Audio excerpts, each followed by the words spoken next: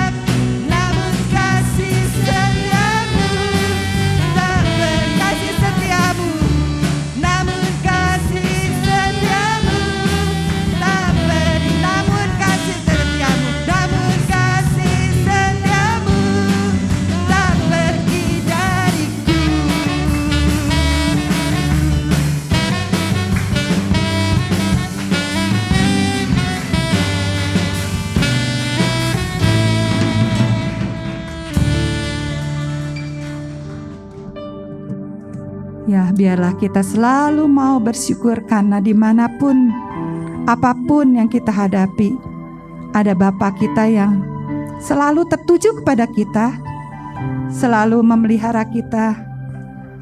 Apapun yang terjadi, biarlah kita juga mau selalu mengingat akan kesetiaan Tuhan di dalam setiap kehidupan kita. Telah banyak yang Tuhan perbuat di dalam kehidupan kita. Biarlah kita boleh selalu bersyukur akan kasih setia Tuhan.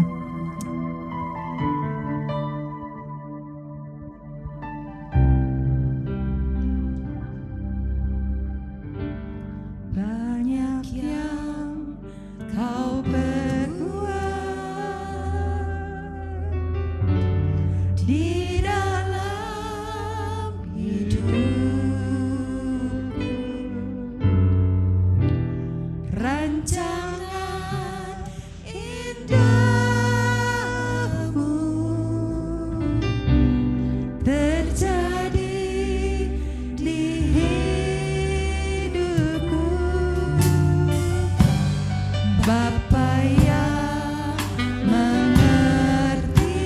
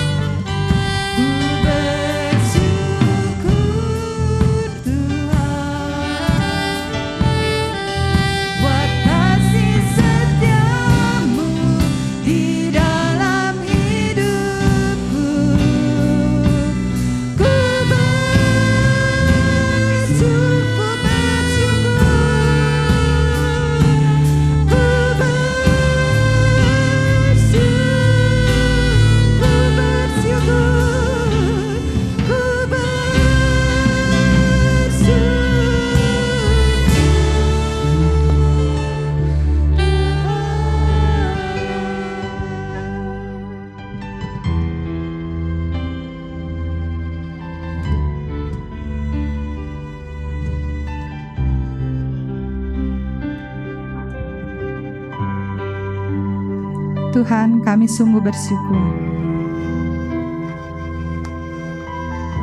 Kami memiliki Allah yang sangat setia. Tuhan memilih kami, membentuk kami, membimbing kami, mengajar kami, dan tidak pernah meninggalkan setiap kami. Saatnya sebentar kami mau mendengar suara-Mu, Tuhan. Biar Engkau yang akan berbicara dan memakai hamba-Mu. Setiap kata-kata yang keluar dari mulutnya benar-benar berasal daripada Engkau, Tuhan.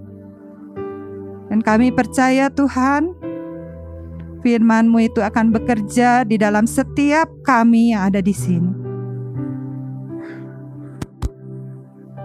Kami percaya, Tuhan, firman-Mu itu berkuasa mengubahkan kehidupan kami, sehingga kami, ya Tuhan, boleh di dalam keseharian kami menjadi alat-Mu dimanapun kami berada. Boleh memberkati orang-orang yang ada di sekitar kami. Boleh mempermuliakan nama-Mu dengan kekuatan dari firman-Mu, Tuhan. Terima kasih Bapa. Kami percaya Engkau sudah memimpin dari awal hingga pertengahan kebaktian kami, dan Engkau akan tetap memimpin hingga pada selesainya kebaktian kami pada pagi hari ini. Di dalam nama Tuhan Yesus kami mengucap syukur, Tuhan. Amin. Shalom, selamat pagi. Sebelum saya membagikan renungan firman, walaupun cukup terlambat ya, saya ucapkan selamat Hari Natal dan juga selamat menyambut Tahun Baru 2023 ya. Di mana banyak orang yang membawa berita yang menakutkan ya. Katanya tahun 2023 ini banyak hal yang akan terjadi ya, banyak kesusahan. Sebelum saya membawa renungan ini, kembali saya ucapkan terima kasih untuk Bapak dan Ibu Gembala yang memberi kesempatan kepada saya untuk membagikan renungan firman Tuhan pada hari ini. Ya. Bapak Ibu Saudara kekasih, menjelang memasuki tahun 2023, ya, ketika saya mendengar ada begitu banyak berita, katanya tahun 2023 itu akan ada kesusahan besar, ya, gelap katanya ya. Padahal begitu terang benderang ini ya. Tapi banyak orang yang mengatakan gelap. Ya. Kemudian saya berdoa, Tuhan, apa yang harus saya lakukan, apa yang harus kami lakukan sebagai jemaat-Mu, ya, di tahun-tahun yang akan kami lalui. Tahun 2023 itu. Kemudian saya mendapatkan ya, sesuatu yang akan saya bagikan pada hari ini. Ya. Tuhan memberikan ayat tentang berjaga-jaga dan berdoa. Ya. Jadi ayatnya ada di Matius, ya, Matius 26 ayat 41. Itu yang saya dapatkan. Ya. Bisa ditampilkan? Matius 26 ayat 41 ya. Berjaga-jagalah dan berdoalah supaya kamu jangan jatuh ke dalam pencobaan. Roh memang penurut tetapi daging lemah. Firman Tuhan mengatakan begitu ya. Jadi saya bagikan ini Saudara. Saya bagikan ke jemaat saya karena waktu itu saya dapat pelayanan tanggal 8 yaitu minggu kedua di bulan Januari. Ya, betul ya? Minggu kedua bulan Januari tanggal 8. Saya sampaikan firman kepada jemaat di Bojong Lopang tentang berjaga-jaga. Selesai khotbah, saya katakan nanti saya sambung. 2 minggu kemudian ketika saya bagian saya tentang berdoa. Tapi saudara tahu apa yang terjadi? Ya, tanggal 15 Ibu Gembala di tempat ini, pelayanan di tempat kami di Bojong Lopang. Ibu Gembala mengatakan begini, sebetulnya saya sudah mempersiapkan katanya sebuah tema untuk dikhotbahkan Bojong Lopang. Tapi ketika masuk radius Sukabumi, tema itu berubah, saudara. Ya. Dan khotbah saya tentang berjaga-jaga dan berdoa langsung disambung. Ya. Jadi Ibu Gembala di sana langsung menyampaikan tentang doa. Betul ya Bu ya? Ketika saya mendengarkan khotbah itu, saya kemudian merenung. Kok bisa ya? Bandung Sukabumi nyambung begitu, saudara. Padahal saya tidak ada komunikasi, ya. Betul Bu ya? Saya nggak kasih kisi-kisi, nggak kasih apa masukan gitu, enggak, saudara. Tapi begitu pas, saudara. Ya. Jadi saya yakin dan percaya ini juga adalah sesuatu yang Tuhan ingin sampaikan untuk jemaat di tempat ini. Bahwa di dalam menghadapi tahun-tahun yang penuh dengan ketidakpastian, di mana gejolak dunia semakin terjebak di dalam kesulitan. Bahkan ada banyak orang yang sudah mulai ketakutan, Bapak Ibu. Dan kalau mau jujur, memang kita rasakan suasananya seperti itu. Oleh karena itu, bagaimana kita bisa melewati masa yang sulit di depan kita itu dengan berjaga-jaga. Ya, berjaga-jaga di dalam hal apa yang perlu kita lakukan? Mungkin ada banyak orang mendengar para ahli, para pakar di bidang ekonomi. Ya, mereka kemudian mulai mempelajari bagaimana siasat-siasat supaya kita bisa melewati tahun ini tanpa kesulitan. Tetapi hari ini saya mungkin akan membagikan dari hal yang berbeda. Jadi ketika saya merenungkan ini, saya tanya sama Tuhan, saya harus berjaga di dalam hal apa Tuhan? Kami harus berjaga di dalam hal apa? Dan bagaimana kami harus berjaga-jaga? Karena jujur, saya ini kalau disuruh cari uang gitu, bukan orang pintar, saudara. Kalau orang Jawa bilang saya ini orang bejo. Tahu ya bedanya ya? Saudara pilih pintar apa bejo? Saya percaya ya. Saya lebih percaya bahwa hidup saya bukan karena gagah perkasanya saya, bukan karena gagah kuatnya saya. Tapi saya percaya hidup saya terpelihara itu hanya oleh karena kemurahan Tuhan. Ini yang mau saya bagikan ya Bapak. Jadi ketika saya tanyakan Tuhan, dari hal apa saya harus berjaga-jaga, kami harus berjaga-jaga. Tuhan memberikan adanya perbandingan ya dalam 1 Yohanes 2 ayat 16, boleh ditampilkan. 1 Yohanes 2 ayat 16, firman Tuhan mengatakan begini. Sebab semua yang ada dalam dunia, yaitu apa? Keinginan daging dan keinginan mata, serta keangkuhan hidup, bukanlah berasal dari Bapa melainkan dari dunia. Ini yang pertama ya, kita pahami bahwa isi dunia itu dipenuhi oleh yang namanya keinginan daging, keinginan mata, serta keangkuhan hidup.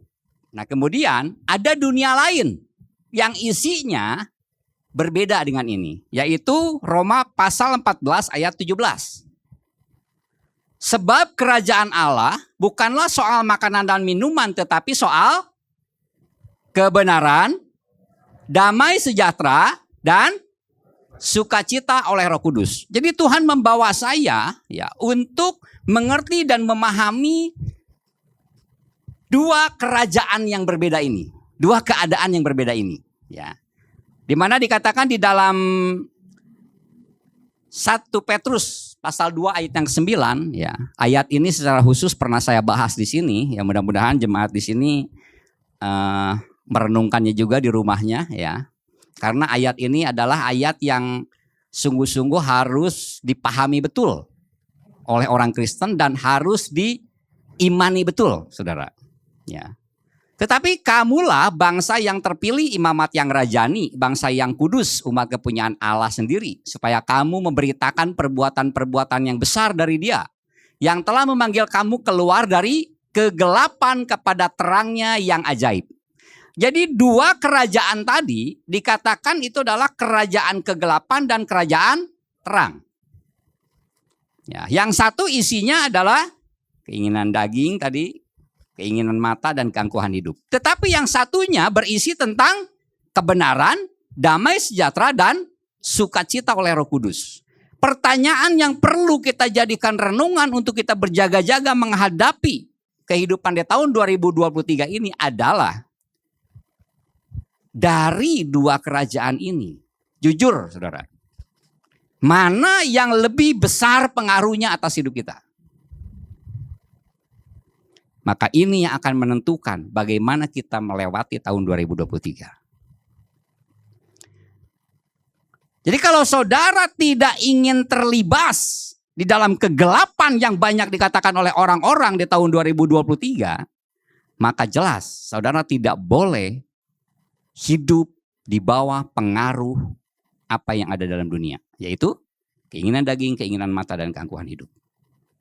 Karena saya yakin dan percaya ketika kita memberikan hidup kita supaya dikuasai oleh kebenaran, damai sejahtera, dan sukacita Roh Kudus, maka apapun yang terjadi, situasi kondisi seperti apapun yang terjadi di dalam dunia ini, itu tidak akan memberikan pengaruh apapun dalam kehidupan kita.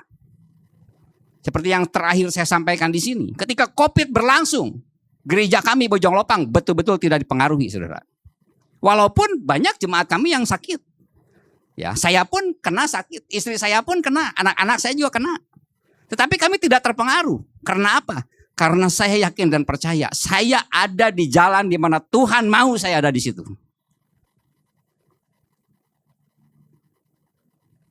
Jadi ketika COVID itu saya bilang, Tuhan bagaimana? Ketika gereja harus libur, harus cuti, harus online. Saya berdoa sama Tuhan. Tuhan cuma bilang, tanya sama saya waktu itu. Apa yang pernah kamu minta tentang gereja yang kamu layani? Saya rindu setiap minggu ada ibadah di tempat ini. Ya udah, jalan. Cuma begitu, saudara. Apa yang kita pandang hal berat, apa yang kita pandang itu sesuatu yang sulit, ya, sesuatu yang membahayakan. Tapi ketika kita tanya Tuhan, bagaimana saya harus menjalani ini semua? Buat Tuhan itu masalah yang sangat sederhana dan mudah, saudara. Tidak ada perkara yang mustahil bagi Tuhan. Tetapi Tuhan bilang, juga tidak ada perkara yang mustahil bagi orang yang percaya. Tinggal bagaimana kita menempatkan diri kita, itu yang paling penting. Apakah kita mau menempatkan diri kita untuk dikuasai oleh apa yang ada di dalam dunia? Maka siap-siap saudara terseret, saudara. Karena pakar-pakar di dunia pun sekarang mungkin geleng-geleng kepala, saudara, bagaimana untuk mengatasi masalah seperti ini. Negara-negara besar pun teriak-teriak. Mereka juga mengalami keguncangan, saudara. Indonesia itu sebetulnya masih bersyukur. Ya, ada banyak negara yang lebih maju dari Indonesia, tapi mereka lebih terpuruk dari Indonesia, saudara. Kenapa? Saya percaya ini adalah karena adanya kemurahan Tuhan untuk orang-orang Indonesia. Oleh karena itu saya rindu kita semua merenungkan apa yang harus kami jaga, Tuhan. Jadi kita harus jaga hati terhadap keangkuhan hidup, keinginan mata, keinginan daging. Saya yakin jemaat di tempat ini tahulah caranya ya. Juga mungkin bisa membedakan apa sih ini keinginan daging, apa sih ini keinginan mata, apa sih keangkuhan hidup. Ini mungkin gak perlu dibahas ya. Saya rindu ya kita semua mau merenungkan. Apakah selama ini hidup kita dikuasai oleh tiga hal ini, atau sebaliknya hidup kita dikuasai oleh kebenaran?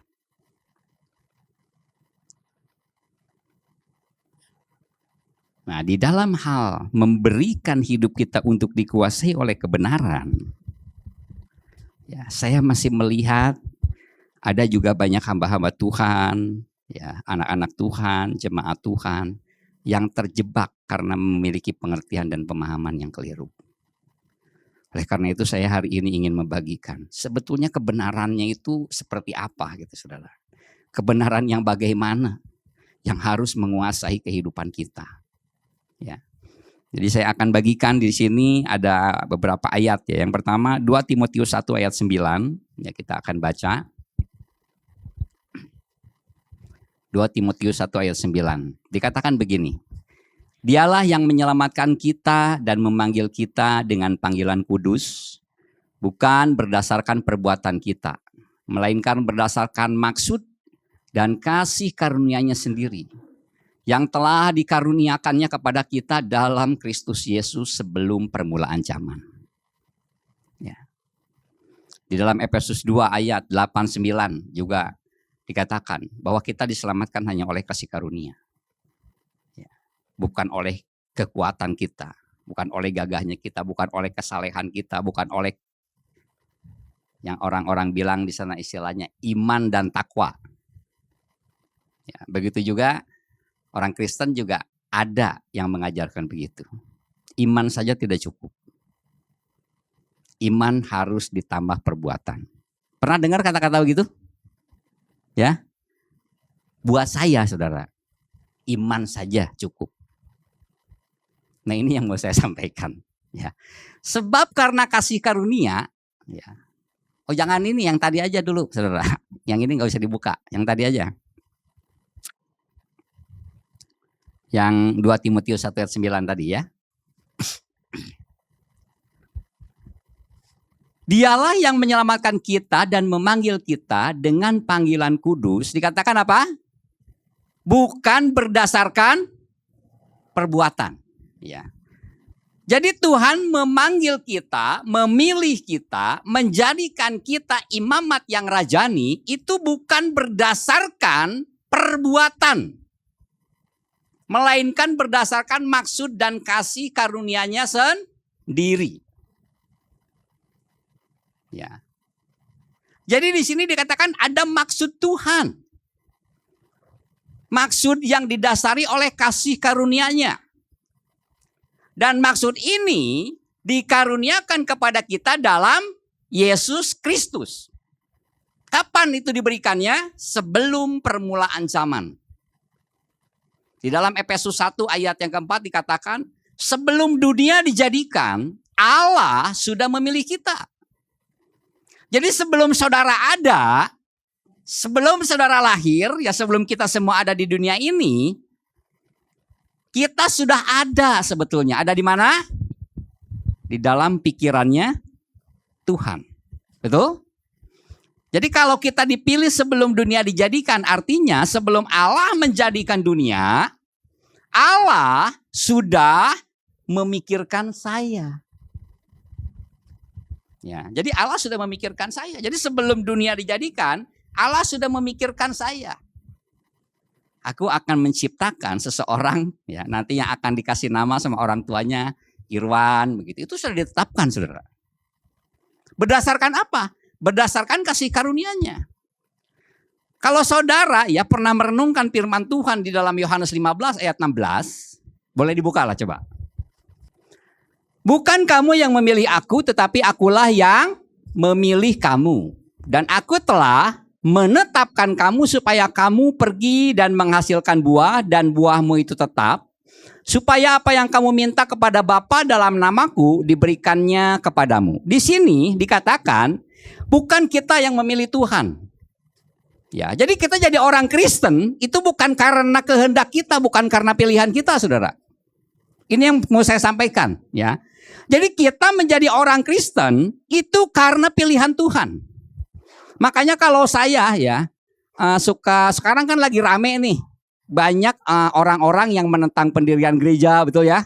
Banyak orang-orang yang menentang, kemarin juga masih banyak ketika orang Kristen mau merayakan Natal, ya mereka tidak setuju ada perayaan Natal. Kenapa? Mereka takut dengan kristenisasi. Karena apa? Orang dunia, nah ini pola pikir yang berbeda ya.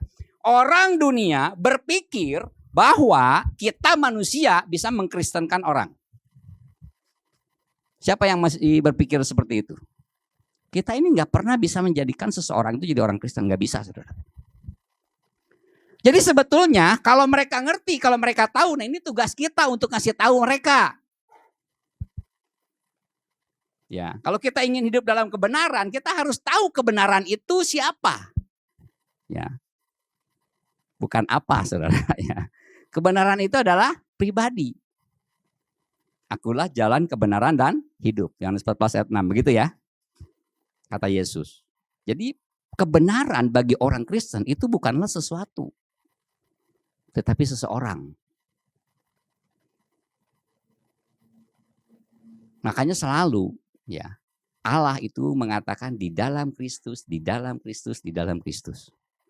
Kalau saudara mau belajar, coba pelajari.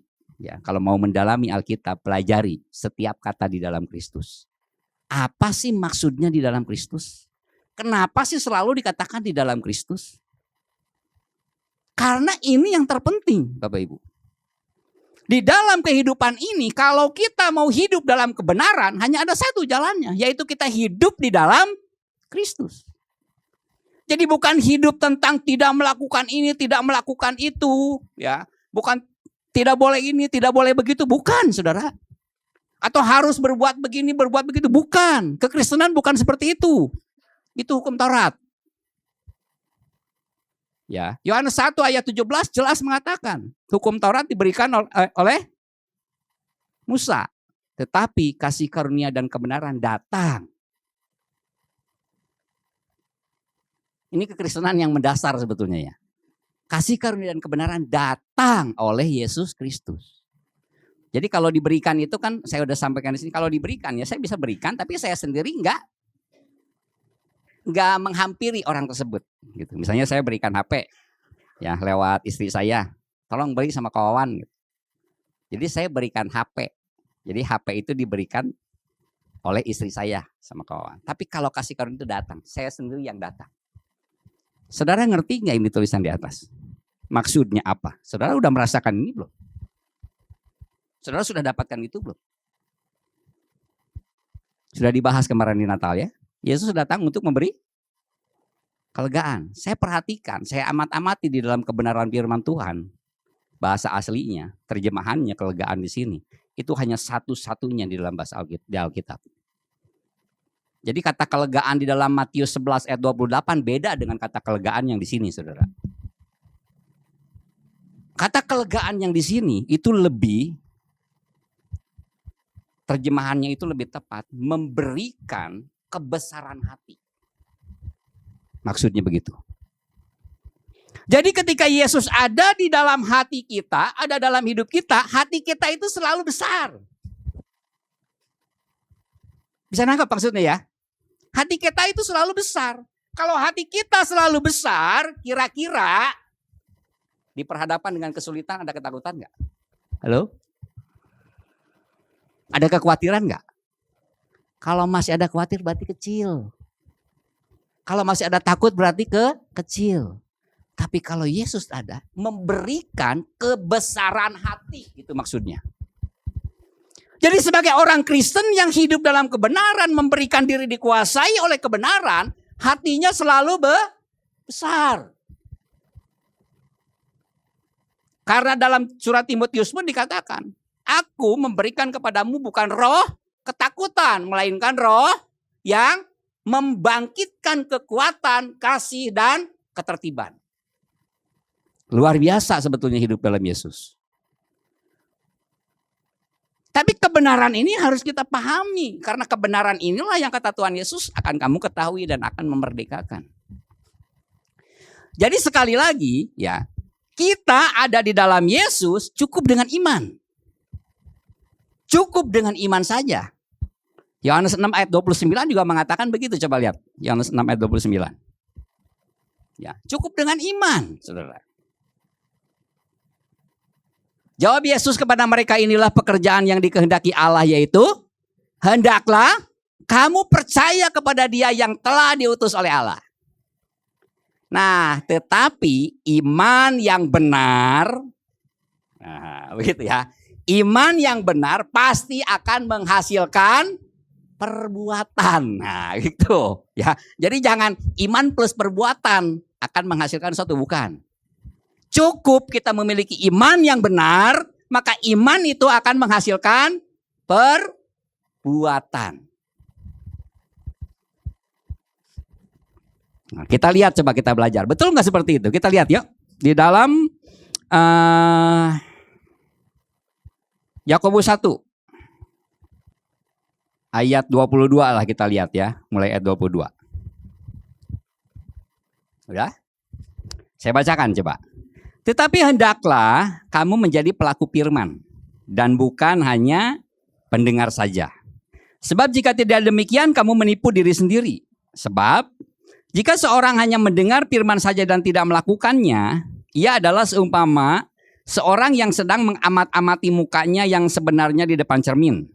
Baru saja ia memandang dirinya, ia sudah pergi atau ia segera lupa bagaimana rupanya. Di sini, ya, ini menarik, saudara. Jadi Yakobus itu mengatakan bahwa orang yang tidak melakukan firman Tuhan itu seperti orang yang bercermin. Tetapi setelah dia bercermin, kemudian dia berbalik dari cermin itu dan dia lupa lagi. Gitu. Lupa lagi dirinya itu seperti apa? Lupa lagi dirinya itu bagaimana gitu. Ini yang pernah muda dulu ya, yang pernah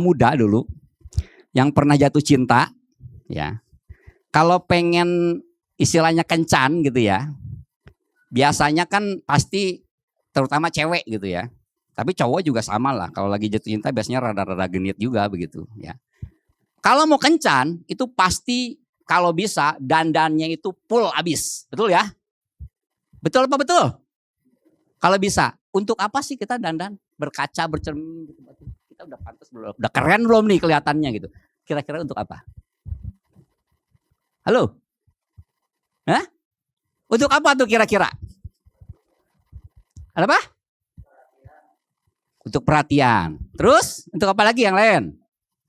Enggak salah, itu betul untuk perhatian. Karena pasti akan diperhatikan nanti. Apa lagi? Untuk apa? Untuk menimbulkan apa? Rasa percaya. Itu yang sebetulnya. Untuk membuat kita pede, percaya diri, untuk membuat kita hatinya besar. Betul apa betul? Coba Kak saudara renungkan. Saya ngerenungin ayat ini. Wow, luar biasa ini. Ya. Jadi untuk membuat kita hati kita besar, itu kita harus bercermin tapi nggak lupa gitu. Jadi jangan udah bercermin loh. Udah bener belum ya? Wah, masih ada keteran enggak? Wah, terus gitu ya. Terus sampai udah perfect sudah sempurna gitu. Pede. Itu pasti gitu ya. Diperhatikan. Tapi yang pasti itu kan pede. Betul nggak? Ya. Nah, kalau orang yang begitu bercermin, dia lihat udah sempurna. Tapi begitu balik terus lupa. Kira-kira masih bisa pede nggak?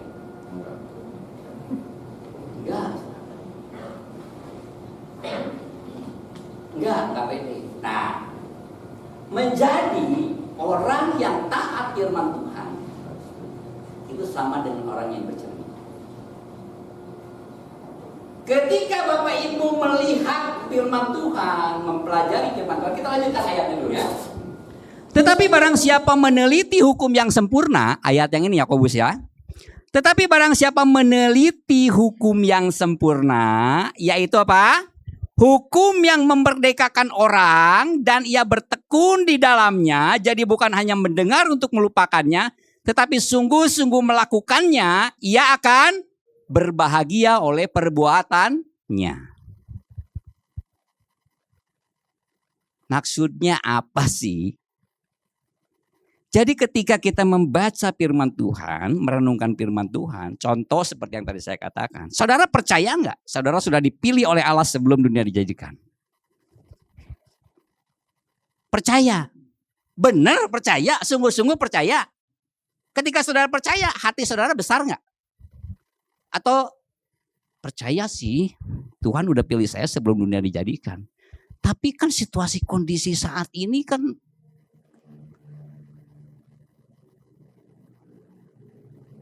berat. Banyak pakar mengatakan begini, banyak orang mengatakan, dan kita lihat memang kenyataannya juga susah tuh hidup. Saudara, mana yang lebih besar? persoalan saudara atau Tuhan yang saudara percaya sudah memilih saudara? Mana yang lebih besar?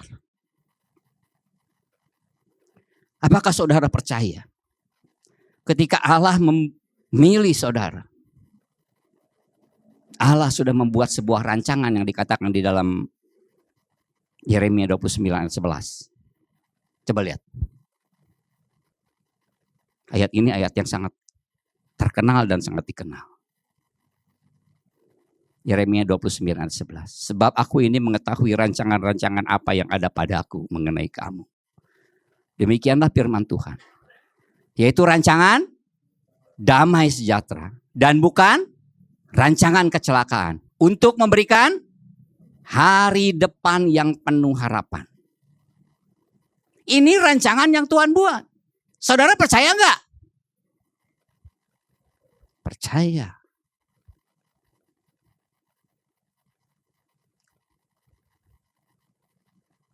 Ketika saya merenungkan, Tuhan memilih saya sebelum dunia dijadikan. Tuhan memilih saya untuk menetapkan saya menghasilkan buah dalam Yohanes tadi ya. Terus saya sempat merenungkan begini Bapak Ibu. Oke Tuhan memilih saya. Apa dasar Tuhan memilih saya? Saudara pernah bertanya begitu enggak? Atau saudara pokoknya gue percaya aja deh. Gue gak mau tahu Tuhan milih gue atas dasar apa gitu. Atau saudara pernah merenungkan kayak gitu? Saya renungkan saudara. Tuhan memilih saya, oke Tuhan memilih saya. Tapi atas dasar apa Tuhan memilih saya?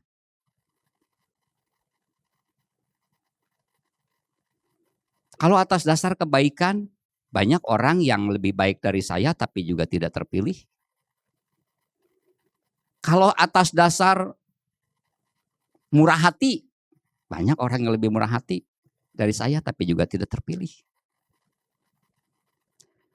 Atau atas dasar rendah hati, atau atas dasar apapun yang ada dalam kehidupan saya. Saudara coba renungkan. Kira-kira kalau saudara percaya saudara dipilih oleh Tuhan, dasarnya apa?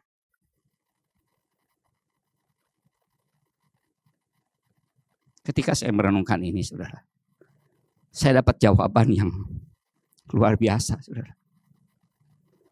Tuhan katakan begini, dasar aku memilih kamu adalah kasih. Aku mengasihi kamu. Jadi dasarnya adalah atas kasih Tuhan.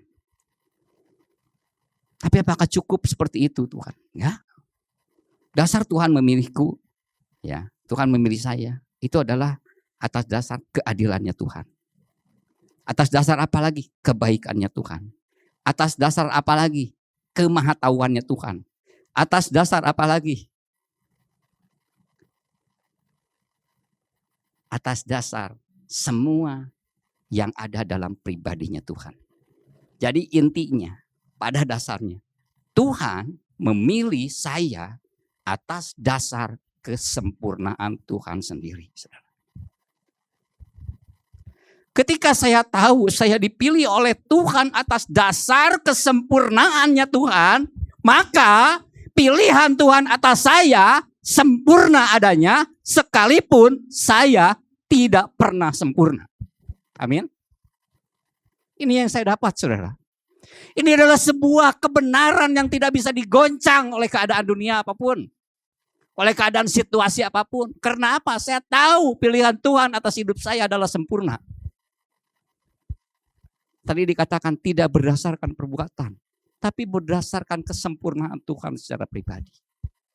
Oleh karena pemilihan Tuhan atas hidup saya sempurna, maka rencana Tuhan atas hidup saya juga adalah sempurna. Coba buka Efesus ayat 2. Efesus 2 ayat yang 10.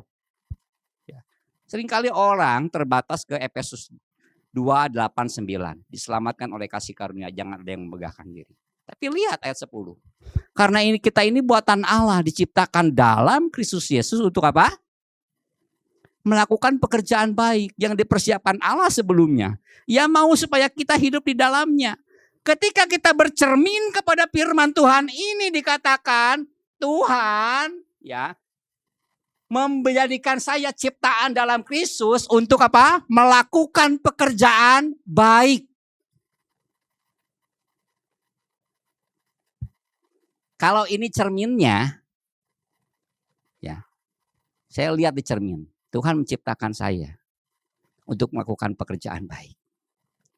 Tuhan menciptakan saya untuk melakukan pekerjaan baik. Kira-kira pekerjaan saya baik atau tidak? Kalau tidak, itu yang tadi Pak Yakobus bilang, lupa berarti lu lagi cermin. Kita jangan lupa bahwa kita sudah dipersiapkan oleh Tuhan sebuah pekerjaan yang baik. Dan Tuhan mau kita hidup di dalamnya.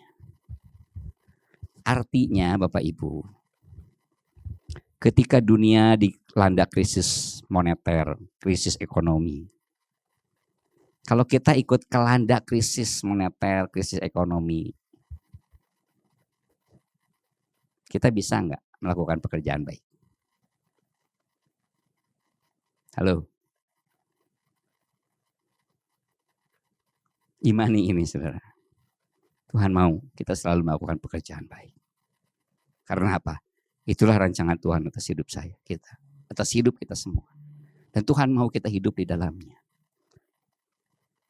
Di sini ada yang punya hobi sama dengan saya, Bapak Gembala. Hobinya piara burung.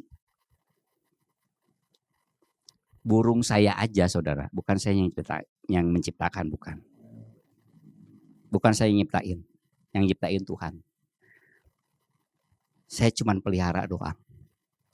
Saya perhatikan betul makan dan minumnya. Betul Pak Gembala? Di sini siapa yang senang piara-piaraan? Saya senang piara-piaraan banyak saudara. Kalau saudara ke kebun saya ada angsa, ada ayam, ada anjing gitu ya. Di rumah saya ada ikan, ada burung, di kebun juga ada ikan gitu. Banyak senang. Ini bisa jadi sebuah pembelajaran. Kita yang memiliki peliharaan-peliharaan kayak begitu, bukan kita yang buat, bukan kita yang ciptain.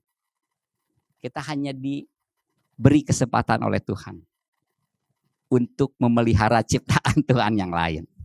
Kita perhatikan betul saudara. Makanannya, minumnya, kalau sakit obatnya gitu. Ya. Nah, mungkin saudara kalau tahu saya gitu ya bisa ngetawain sama istri saya tanya, betul nggak? Gitu. Saya kalau ke kebun, saya ajak jalan-jalan ke burung nih saudara. Jadi kandangnya saya masukin mobil, saya bawa, saya gantung. Kenapa? Saya senang dengar suaranya. Itu saya loh. Tuhan tuh lebih jauh, lebih hebat dari saya, lebih care, lebih perhatian dari saya, lebih peduli dari saya. Dan yang pasti Tuhan lebih berkuasa dari saya, betul? Betul nggak?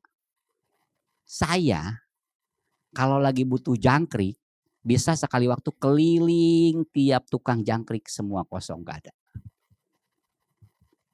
Bisa nyiapin jangkrik nggak? Halo, bisa nggak? Enggak, orang saya nggak bisa nyiptain jangkrik kok. Tapi kalau Tuhan bisa nggak? Mengadakan sesuatu dari yang tidak ada. Bisa nggak? Percaya? Itu kebenaran yang harus kita imani, Bapak Ibu. Ya. Jadi jangan mengandalkan berapa besar sih kasih kita sama Tuhan. Kasih kita sama Tuhan gak akan bisa pernah sempurna, saudara. Tapi kasih Tuhan atas hidup kita. Pemeliharaan Tuhan atas hidup kita. Perlindungan Tuhan atas hidup kita. Penyediaan Tuhan atas kehidupan kita. Semua pasti sempurna. Ya, inilah kebenaran yang perlu kita renungkan. Ya, gali terus makanya kebenaran firman Tuhan. Teliti katanya ya. Barang siapa meneliti hukum yang sempurna, yaitu hukum yang memerdekakan orang dan ia bertekun di dalamnya, bukan hanya mendengar tapi melupakan seperti tadi. Udah begini nih udah tapi lupa gitu. Kita harus jangan dilupakan. Oh, saya ini ciptaan baru loh dalam Kristus. Saya ini adalah orang yang memiliki rancangan Allah. Saya ini adalah orang yang sudah dipersiapkan oleh Allah untuk melakukan perbuatan-perbuatan baik. Saya ini adalah orang yang terpelihara oleh Tuhan. Saya ini adalah imamat yang rajani. Terus renungkan hal seperti itu, saudara. Sehingga dalam kehidupan ini kita memiliki kelegaan, kebesaran hati untuk melangkah dengan tegap. Memiliki kekuatan di dalam batin. Satu keyakinan bahwa apapun yang terjadi dalam situasi kondisi dihadapi oleh orang-orang dunia, saya bukan orang yang di dunia. Karena apa? Saya hidup tidak didasarkan atas apa yang ada dalam dunia, keinginan mata, keinginan daging, keangkuhan hidup. Tetapi saya hidup dalam kebenaran, damai sejahtera, dan sukacita oleh Roh Kudus. Ya. Berikan kemuliaan buat Tuhan. Mari kita akan akhiri ibadah kita pada pagi hari ini. Dan saya mengaturkan terima kasih atas pelayanan Pendeta Muda Irwan Chandra dari Sukabumi. Bersama dengan keluarga dapat beribadah bersama-sama di tempat ini dan membagikan rahasia firman Tuhan untuk kita semua boleh kuat menghadapi situasi keadaan dunia memasuki tahun 2023. Terima kasih, Tuhan memberkati kita semua. Mari kita akan bangkit berdiri, kita akan nyanyi, masuk di dalam doa. Bapa Surgawi, kami bersyukur kepadamu, Engkau sudah menyertai ibadah kami di tempat ini dari permulaan sampai dengan selesainya. Tuhan sudah memakai anak-anak-Mu ya Tuhan yang sudah melayani, tambah-tambahkan hikmat marifat yang daripada Tuhan. Kami juga berdoa untuk hamba-Mu, Bapak Pendeta Muda Irwan Chandra bersama dengan keluarga boleh ada di tengah-tengah kami dan juga membagikan berkat firman Tuhan. Sungguh Tuhan, jemaat Tuhan boleh diberkati lewat kebenaran firman Tuhan ini dan kami boleh percaya terus Tuhan menyertai setiap kehidupan kami anak-anak Tuhan. Terima kasih Tuhan, pakai hamba-Mu dalam menaburkan berita kebenaran firman Tuhan dimanapun Engkau utus hamba-Mu ya Bapa, sehingga boleh menjadi berkat untuk sesama saudara seiman. Terima kasih Tuhan, terima kasih ya Bapa. Kami juga berdoa untuk jemaat-Mu satu persatu, rumah tangga demi rumah tangga, yang bekerja, yang berusaha, yang berdagang, Tuhan limpahkan berkat-Mu. Demikian juga bagi anak cucu kami. Tuhan, kiranya apapun yang mereka kerjakan juga boleh berhasil karena pertolongan yang daripada Tuhan. Kami juga teringat bagi rekan-rekan saudara kami ya Tuhan, yang terganggu kesehatannya, bagi keluarga daripada Ibu Eeng, yaitu mamanya Vera. Tuhan, kami juga berdoa terus Tuhan, kiranya Engkau saja yang memberikan ya Tuhan yang terbaik bagi Ibu Eeng ya Bapa. Tuhan sempurnakan, berikan kesehatan dan kekuatan yang daripada-Mu. Kami juga berdoa untuk orang tua daripada papanya, ya dari Pak Denny. Tuhan juga menolong supaya Tuhan juga menyertai dan memberikan pemulihan gangguan daripada tubuhnya ya Bapa. Terima kasih Tuhan, terima kasih ya Bapa. Kami juga berdoa untuk keamanan dan kesejahteraan kota di mana kami tinggal saat ini. Tuhan juga menolong pemerintah baik di pusat maupun di daerah dapat mengatasi setiap keadaan situasi yang terjadi di negara kami ya Bapa. Terima kasih Tuhan, terima kasih ya Bapa atas semuanya ini. Dan sebentar ya Tuhan, sidang Tuhan juga akan meninggalkan tempat ini untuk pulang. Engkau akan menyertai di dalam perjalanan. Tibakan kami satu persatu pada tujuan kami dengan selamat, dengan tidak kurang suatu apapun. Tangan-tangan yang sudah berkorban untuk pekerjaan Tuhan, Tuhan balas dengan berkat yang berlimpah. Terpuji nama-Mu ya Bapa. Allahku akan memenuhi segala keperluan-Mu menurut kekayaan dan kemuliaannya dalam Kristus Yesus. Dimuliakanlah Allah dan Bapa kita selamanya. Mari saudaraku sekalian, terimalah berkat daripada Allah Bapa, cinta kasih daripada Tuhan Yesus yang tak berkesudahan, beserta persekutuan yang manis dari Allah Roh Kudus akan menyertai kita semua mulai saat hari ini bahkan sampai selama-lamanya. Bagi yang percaya katakan bersama, amin.